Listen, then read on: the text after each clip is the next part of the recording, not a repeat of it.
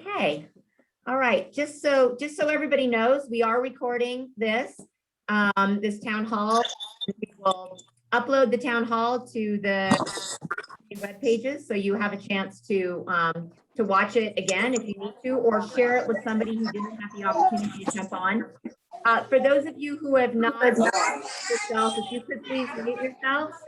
We're getting quite a bit of background noise from you, so that would be great. Okay, so welcome to another town in USA. This one is specifically focused on duathlon worlds. We're going to try to do more of these, and we're going to keep them as discipline specific as we can, because we know you all have quite a few questions about changing venues and travel and all that sort of thing. So we have Tim with us, who of course is the answer man, and will be able to give you as much information as we can about what's happening moving forward with the World Championships for both 2021 and 2022. I believe we also have our travel consultant on. Tim, were we able to confirm that he was going to be able to join us? I hope. Jeff is with us. Jeff Manson, raise your hand, light up your square. There we go. Oh, Jeff, I didn't recognize you with a hat on. Sorry about that. I want to introduce you to, and you all know Tim, obviously, and now you know Jeff, but I don't know how many of you have met Lindsay. Lindsay, wave your hand, Lindsay. So Lindsay is assisting Tim in sort of the go-to person for Team USA on the ground and basic logistics and coordination. I'm Liz Kolar. I am the one who's been answering your on our HubSpot to Team USA. So now you can put a name with a face, and I'm hoping to be able to return your emails as fast as I can.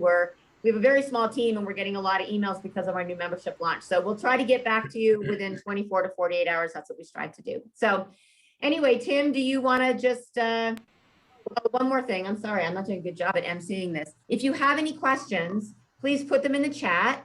Lindsay will answer them in the chat as we go along. And if there are any questions that she can't answer, we'll field those to Tim, and why don't we just get started?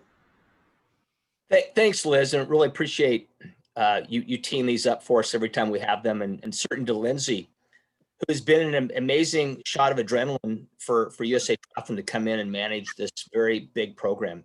You know, it's interesting, if you talk to a lot of people like, oh, Team USA, it's one of the smaller programs of the organization. And I chuckle. I said, no, this is a big program. It's a high priority program for us. It's a program that has the strongest, most quality athletes and people in the entire sport. And so it does speak well to each of you who make commitment to what we do here. I will admit, when we first learned about Avila Spain happening November 6, 7, I was just as shocked as you were. I was part of a small working group of managers from around the world, and they were like, where did that come from? Neither were we told it was going to happen, neither were we told that it was even a possibility. But here we are, and we're excited. Why? Because we've been to Avila Spain before. We love the area.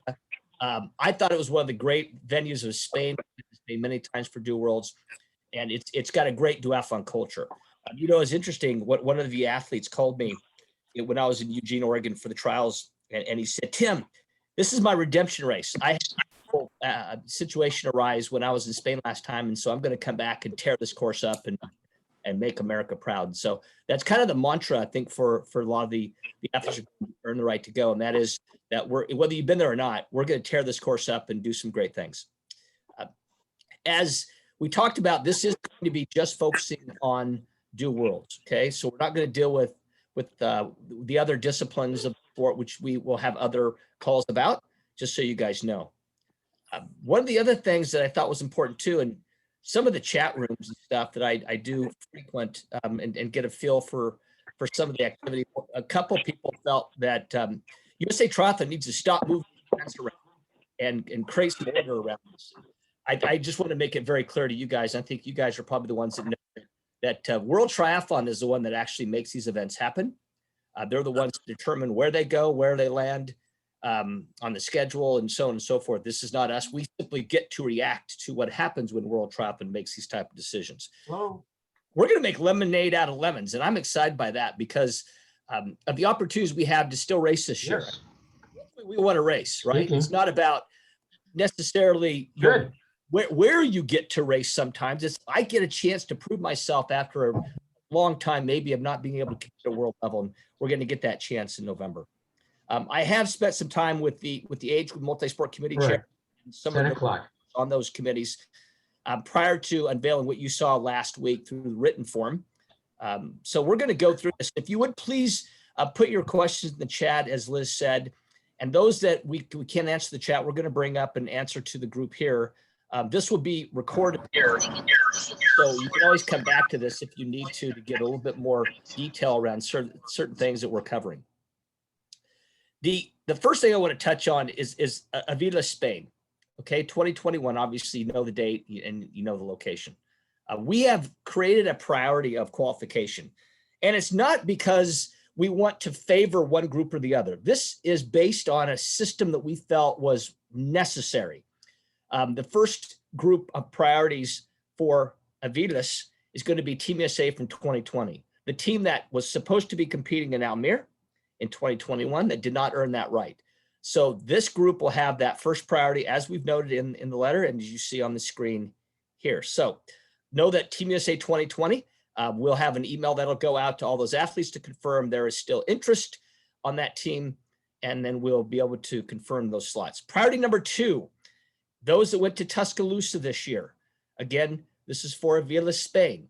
If you made a commitment to competing at Worlds, you're going to earn that spot and be able to attend the event on behalf of the USA.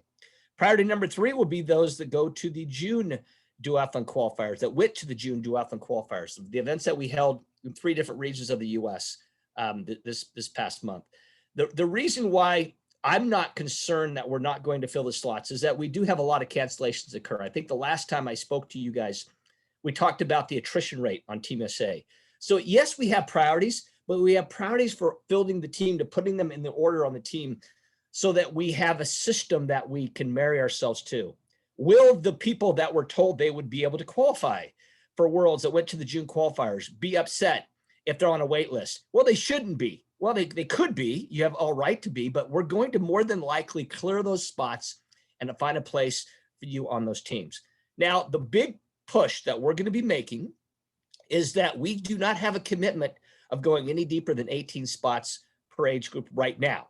The request for Spain, obviously, we did that the first moment we heard of this happening, was to increase the allotment that we're allowed to send, as well as Great Britain and some of the other countries that send a lot of athletes.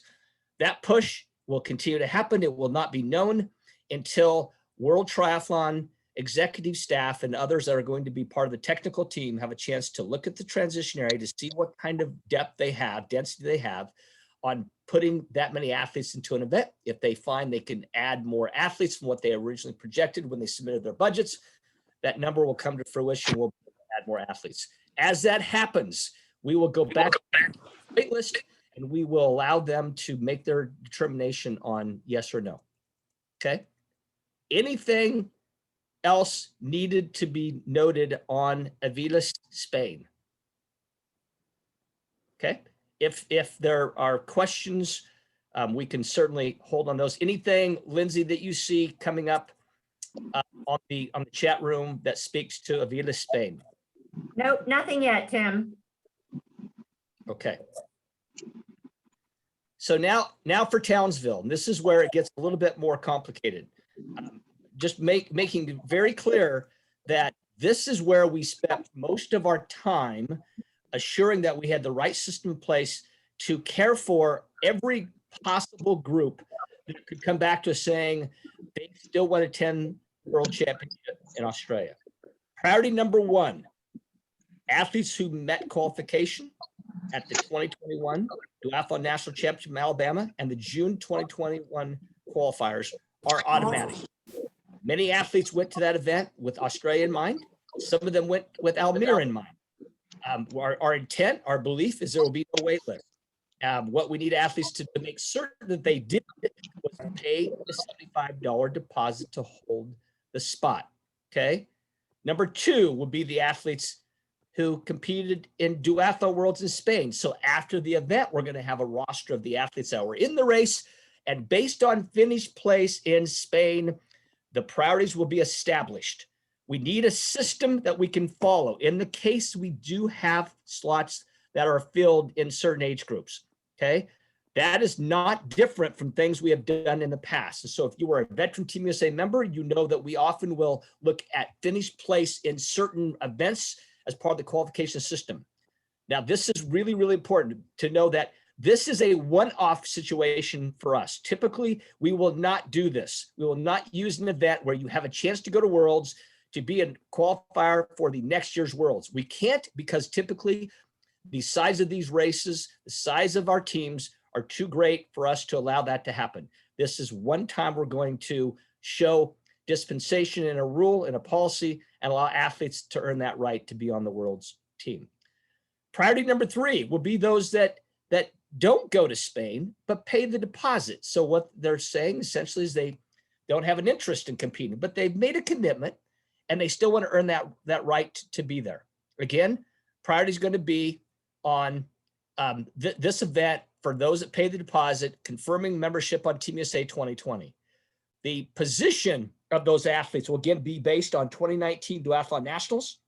So depending on where you finished in your age group in that event, in that discipline, we will be positioning you on a wait list if a wait list exists, or on the team as noted. Priority number 4, for all those that say, well, I'm not part of any of these previous lists. What do I do now? Last chance qualifier. Now, here's the catch. Duathlon is going to be part of the Multisport Festival for USA Triathlon moving forward. As part of the Multisport Festival, we need to confirm a location which has not yet been finalized. We are in discussions and looking very stringently at the options that exist for us to consider. If that event ultimately lands on the calendar first, then we will be able to use it as a last chance qualifier. We will also use the 3 June qualifiers that we had in 2021, assuming they're going to be held in the same month of June in 2022, again, as a priority for athletes to make this team. Hope there are no questions on that. The qualifiers are on the website for 2021. Those will be repeated for this next year to, again, give people a second chance to qualify for Worlds if slots exist. And the final qualifier opportunity will be using the Duathlon rankings, which we have not been able to visit for a while, but we'll be able to go back and pick 2 of the top 20 so that we get, again, any rounding out of those teams that needs to be done can certainly be done through priority number 5. Now, I'm going to go into some additional points really quickly, and this is where some of the questions might arise, just so you guys are aware. Often we get people coming back to us saying that, hey, I qualified for Worlds, but I didn't accept the spot, so I want my spot now. Well, that's not the way it works. You got to make a commitment. You make a commitment by paying your deposit. In many cases, you paid registration fees, and you all know how that typically works, right? If you confirmed your spot in 2020 or 2021, you're going to earn that right. If you did not, you're going to fall into a final priority where you have to meet requalification at some other event. Number 2, as I noted previously as well, we are fighting really, really hard to get more than 18 spots per age group for both Spain and Australia. The requests are as big as we can get, no minimums of any particular number, although we have shot for 25 and 30. If we can get more, we're going to take more. Again, it's all part of the push of what we're doing with World Triathlon. We talk about wait lists, and I want people to look at wait lists like, well, I'm never going to get cleared off a wait list if the number is big. Well, wait lists get cleared pretty fast. If you looked at what happened with the age group national championship this year, we had a wait list of over 300 people, all got cleared a couple weeks ago. Well, similar here. We feel that maybe not in bulk like we did with that event. We do feel the wait list will move quickly, and we built some things around this. I'm going to mention a few bullet points down that will hopefully alert us as to when cancellation occurs. We're going to be posting slots on the Team USA site. One of the things that we learned this past year, when we have the ability to communicate through some visual, athletes are a lot more apt to say, I'm not on the list, something must be wrong, or I'm on the list, but I shouldn't be because I've canceled. So work with our team to make sure we can get posted the duathlon team as we confirm slots so that every athlete can see, am I on the list or am I not on the list? What we don't want to have happen is what we have seen in the past, and this is a painful reality, when someone shows up at the venue at Worlds and says, I'm here, but you know what? I went to registration, picked up my packet, and they didn't have my name. Can you help me? Well, it happened probably 10 times not last year, the year before. And it is the most aggravating, frustrating, painful request to make of a race management team that you have to beg, borrow, and steal from the policies and the programs that they've set up, that we have to bend and flex and ultimately break their rules, which is not fair, but it's what we ultimately have to do because we get put in that situation. So if you have people you know who are wanting to go to Worlds and have not heard from us, have them get a hold of us immediately so we can make sure we get them on the registration site and pay deposit, pay their reg fee, and get them on the list. So Tim, if I can just like interject there, because there's quite a bit of conversation about folks who have not received a qualification email. I know you touched on that. You know, these qualification emails are new this year because normally at DoNats, we would do the roll down on site and we weren't able to do that. Is there any policy that you would like us to adhere to when people send an email to us saying, I never received my email? And we're post the deadline?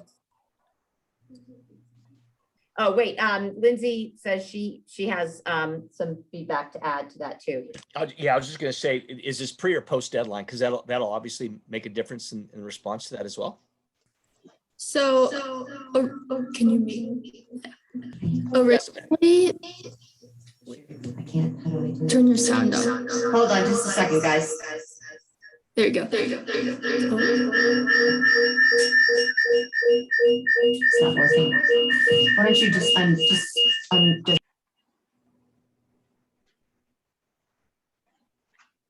Are you there?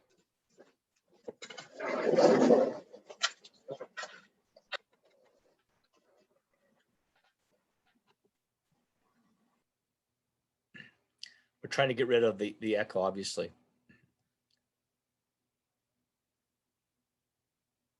Hey, Liz, let's come back to that when we get Lindsay's vocal without reverberation happening. Okay, are you still getting it? Lindsay, go ahead and try it again. See if you can hear. Can you hear me now? Yep. Okay, so originally, with Almere being postponed for duathlon, for 2021, the Team USA athletes for 2020 were going to get rolled to 2022 for Townsville. And so those athletes had taken up a lot of the spots for 2022 Townsville. And that's why there weren't as many spots distributed from Tuscaloosa.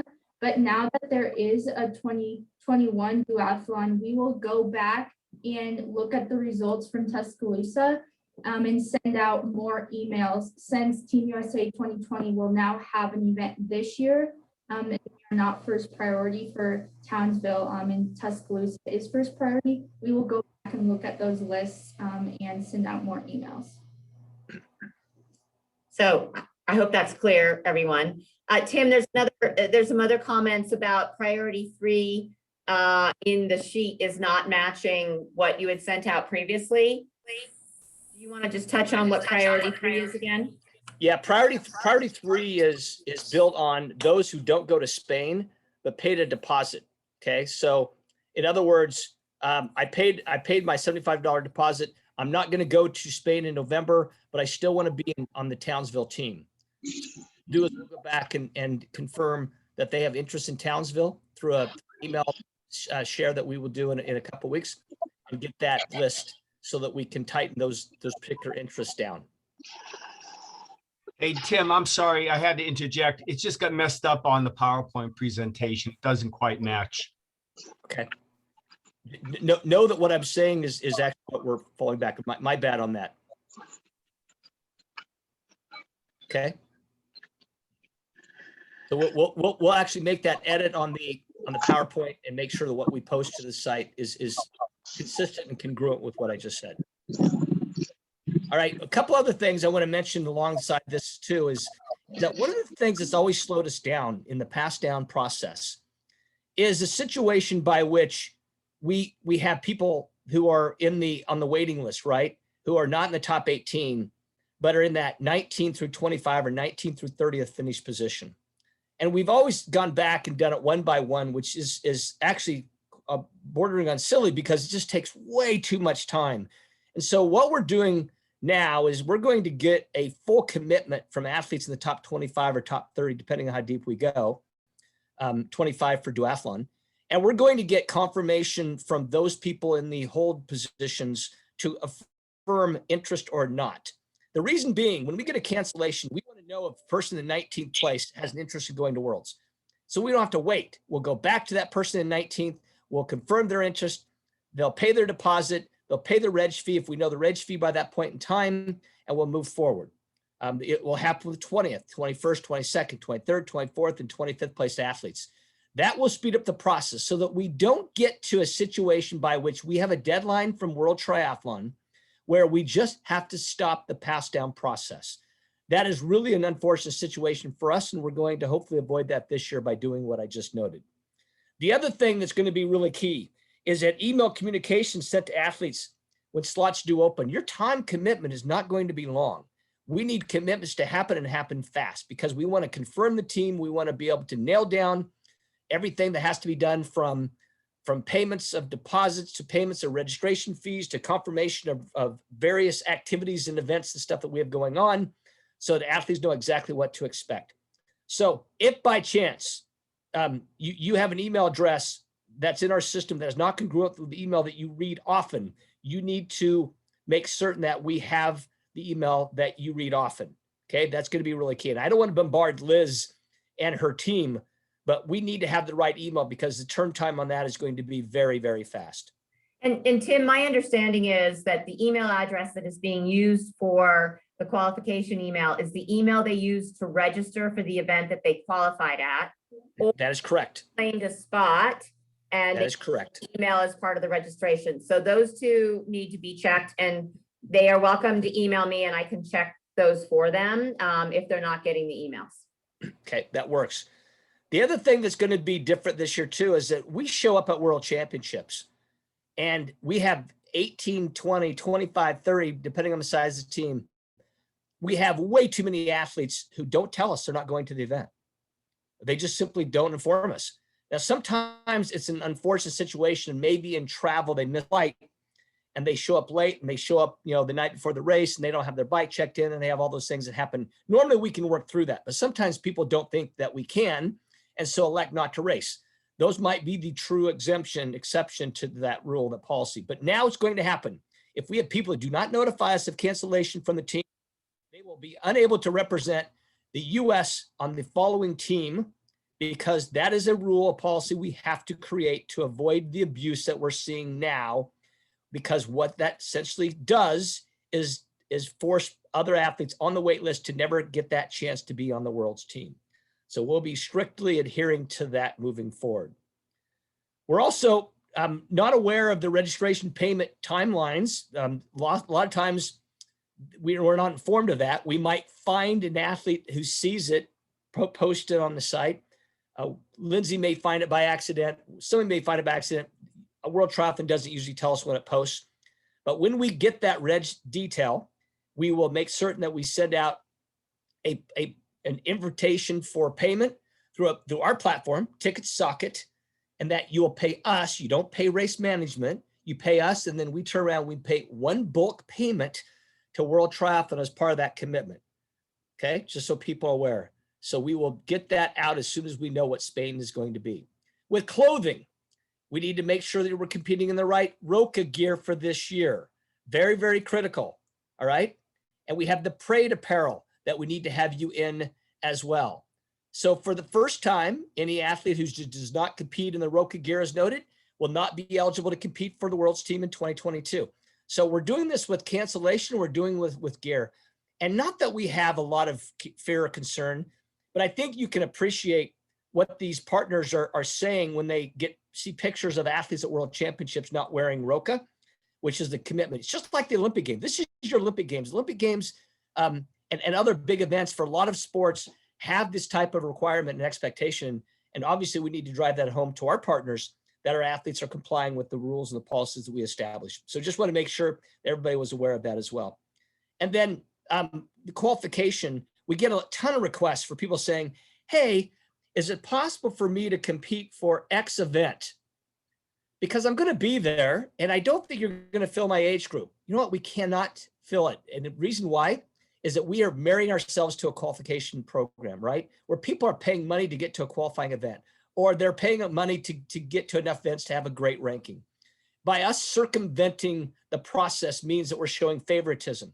We cannot do that. We need to be fair to every athlete. Every athlete's going to have the right and same opportunity to compete on that world's team. So please do not make the request to show up at an event and do the other event, because if you didn't qualify for it, then we're not going to be allowed to do it. You know what? It's a fair question, but we just can't adhere to a policy of transferring registrations that doesn't exist. So just want to make that very clear. So there's the overview, just so you guys know.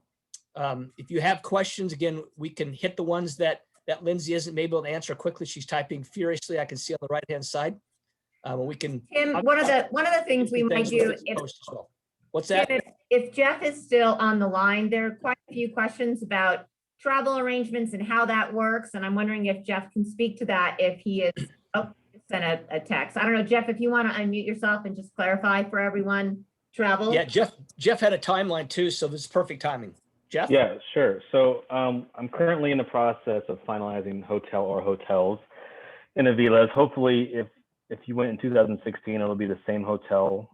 Potentially need a couple hotels depending on the number of rooms we need. So I'm just waiting to hear back from the agency in Spain, but hopefully in the next 2 weeks is my timeline to have everything up and ready for hotel, and then we can obviously start booking flights for folks that book travel packages with us.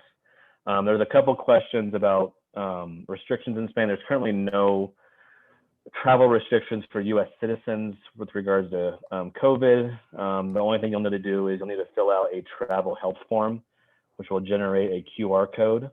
And I think, myself and Lindsay will make sure that everyone gets that beforehand. Now, obviously things are subject to change, but as of right now, you do not need to show proof of vaccination or a negative COVID test to enter Spain.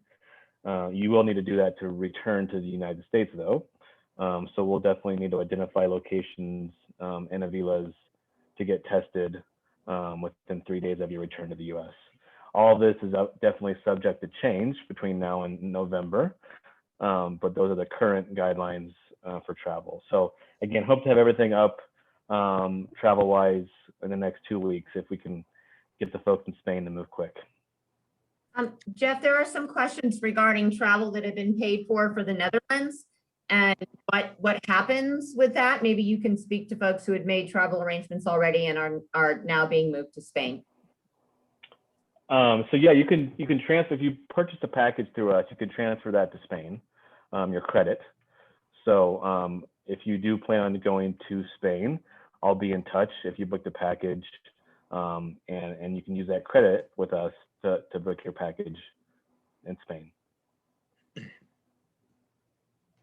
Hey, Jeff, one of the key things that you note is that the COVID pandemic country regulations for entering and exiting and then back to the States is always changing. Matter of fact, we've been monitoring that, and it shifts almost every 10 days to something slightly different, with a little bit more language in certain areas or less language in other areas. And so I don't want people to stress over that right now. Right, I agree. I think it's Updates important on this as we know it, as Jeff Right. is on top of it. Jeff will always send us an email. We get it out to the athletes, so the athletes are aware of it. We will be very much in communication with athletes as we get more details around that, because we know how important that is for you to be able to plan. Right, correct. I wouldn't be surprised if there's more changes between now and November. So we'll keep an eye on things. We will. All right. Other questions? Post them, or we can bring them up. Jeff, anything further on travel? No, I think obviously this was a surprise to all of us. So as soon as we can get this information out to everyone, everyone's getting anxious to book. We will get that to Tim and Lindsay to get out to everyone. If you have any questions, you can email me as well.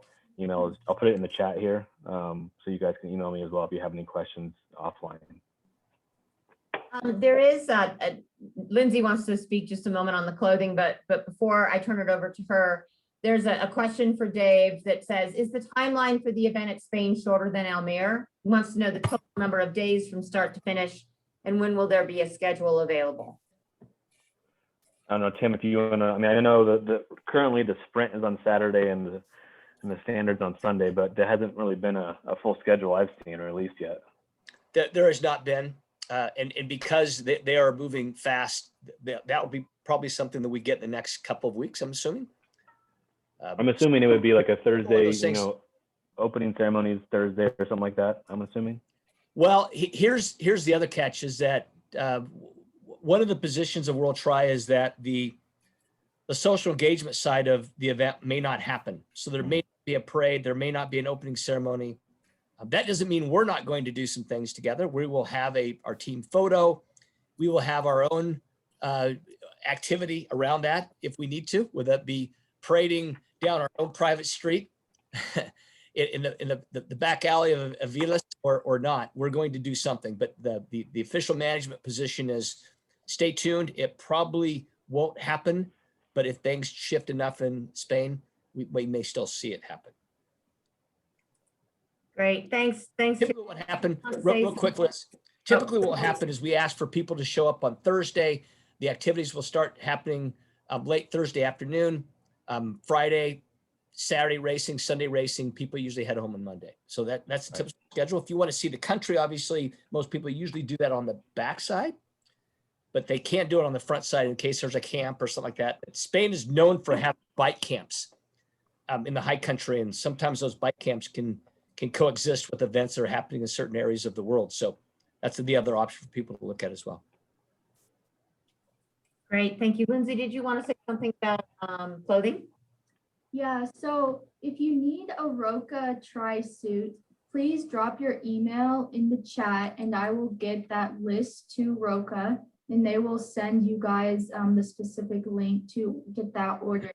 However, this is only for Spain. If you're going to Townsville, you do not send your email because we will have a new tri-suit for 2022 and we will have a new partner as well. And we do not have that information ready yet, but whenever we do have the 2022 tri-suit I finally got that got to that link that you sent with the guy that shot the driver. I'm like, wow, I don't know who to root for here.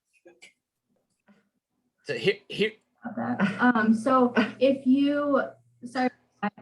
So if you need a tri-suit for 2021, please drop your email in the chat. And for the parade kit, I dropped the link and the code that you can use. Again, this is only for 2021. If you're competing in just 2022, there is no information yet for clothing, but we will get that out to you whenever we have that available. Yeah, we have a new partner that we're bringing in for this next quad. We did have a couple people forward us the link for the event schedule. It's Saturday the 6th, the sprint race at 9 a.m.